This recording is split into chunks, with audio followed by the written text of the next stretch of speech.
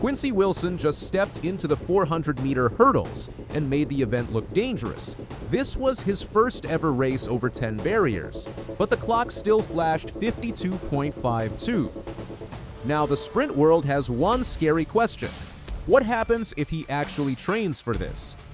Quincy Wilson was already one of the most famous high school runners in America. He did not need another event to get attention. He already had the 400 meters. He already had records. He already had Olympic gold from the 4x400 relay pool. He already had the kind of name that makes fans stop scrolling. Then he entered the 400-meter hurdles, and in his first ever race in the event, he ran 52.52. That is what made the moment so loud. This was not a young athlete slowly trying something new in a quiet race. This was a national-level time in a debut. The 400-meter hurdles is not a simple sprint with obstacles. It is one lap of pain, rhythm, timing, and control. You have to run fast while also counting steps, judging distance, and clearing 10 barriers without breaking your speed. Most athletes need time to learn that. Quincy stepped in and immediately looked like someone with a real future in the event. That does not mean he is already a finished hurdler. It means his ceiling just became much harder to measure. A 52.52 in the 400-meter hurdles may not sound as shocking to casual fans as a 44-second 400-meter, but for a high school athlete in a first race, it is a major warning. This event punishes beginners. If your rhythm is off, the hurdles expose you. If your steps are wrong, you lose speed. If you panic late, the last two hurdles become ugly fast. Quincy still ran a time that placed him among the top high school athletes in the country this season. That is the part that matters. He did not just finish. He did not just try something different. He entered a new event and immediately became part of the national conversation. The reason is simple. Quincy already has rare, flat 400-meter speed. He can cover one lap faster than almost any high school runner ever. When an athlete like that adds hurdles, the event becomes interesting. The question is not only how fast he is today. The question is how much time is still hiding inside the race. A first race usually has mistakes. Step patterns are not perfect. Hurdle attacks are not smooth yet. The final 100 meters can feel strange because the body is fighting fatigue and technique at the same time. So when Quincy opens with 52.52, fans start doing the math. The reason this debut hit so hard is because Quincy Wilson is not starting from zero. He is one of the best young 400-meter runners the sport has seen. His flat speed is the base that makes everything else feel possible. In the Open 400, Quincy has already shown world-class teenage ability. He has run times that put him deep into history for his age. He has raced on big stages. He has handled pressure that most high school athletes never face. That background matters because the 400-meter hurdles is still built around the 400 meters. Yes, the hurdles change the race, but the athlete still needs one-lap strength. They still need speed endurance. They still need to stay tall when the legs burn. Quincy already has that part. That is why coaches and fans are so interested.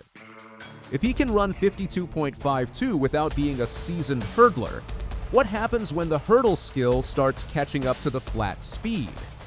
What happens when he learns the right step pattern? What happens when he knows exactly when to attack and when to float? The 400-meter hurdles is one of the hardest events in track, but Quincy already owns one of its biggest tools. He can run the lap. This is where the race gets serious. The 400-meter hurdles is not won by speed alone. A fast 400-meter runner can look great for the first half and then fall apart when the rhythm breaks.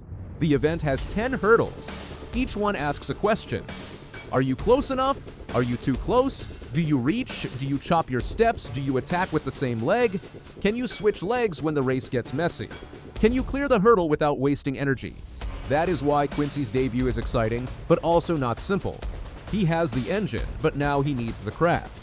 The best 400-meter hurdlers do not look like they are fighting every barrier. They flow. Their steps feel planned. Their speed changes are controlled. They can make hard moments look calm. That takes training, reps, and race experience. Quincy has not had years of that yet. That is what makes 52.52 both impressive and unfinished. It shows he can survive the event at a high level right away. But it also shows there may be much more to find if he truly works at it. In the open 400, Quincy can trust pure rhythm. In the hurdles, the rhythm has to be built around barriers. That is a different game. Quincy's career was already crowded with expectations. Every time he runs the 400, people compare him to records, pros, and future Olympic dreams. Now the 400-meter hurdles adds another layer. That can be exciting. It can also be dangerous. When a young athlete is great in one event, fans always want more. They want the 200, they want the 400, they want relays. Now they want hurdles too. But more events mean more training choices, more body stress, and more pressure to keep proving something new. Quincy has to be careful. The 400-meter hurdles takes a toll. It is not just sprinting. It adds impact, timing, stress, and technical risk. A bad hurdle can twist the body. A tired clearance can change a race. A rushed training plan can create problems. That is why this debut should be seen as a sign, not a final decision. It shows a possible path. It does not mean he must leave the flat 400. It does not mean he has to become a hurdler tomorrow. It means the option is now real. And in track, real options are powerful. Quincy just showed he may not be locked into one lane of greatness. This is where the hype needs to stay honest. Quincy Wilson shocked people with 52.52, but he has not proven he is a world-class 400-meter hurdler yet. One race is not a full career. One debut does not tell us how he will handle better hurdlers, harder rounds, stronger pressure, or bad conditions. The national level time is real. The talent is real. The ceiling is real. But the event is deeper than one clocking. To become great in the 400-meter hurdles, Quincy would need repeat races. He would need cleaner technique. He would need to prove he can run fast when the hurdle pattern gets ugly. He would need to show he can close hard after 9 barriers, not just survive the 10th. There is also the question of focus. His open 400-meter career is already special. If he spreads himself too thin, it could slow his growth in the event where he is already closest to world level. That is the balance. We should not crown him as the next great 400-meter hurdler today, but we also should not act like this was normal. A high school athlete does not just walk into the 400-meter hurdles and run 52.52 by accident. That debut means some things.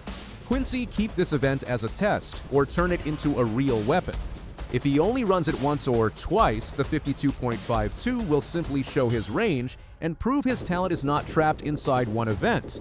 But if he actually trains for the 400-meter hurdles, the story gets much bigger. He could become a problem fast. His flat speed gives him an advantage most young hurdlers do not have. If he learns the rhythm, improves his hurdle attack, and builds race confidence, he could drop time quickly, making this debut dangerous for everyone else.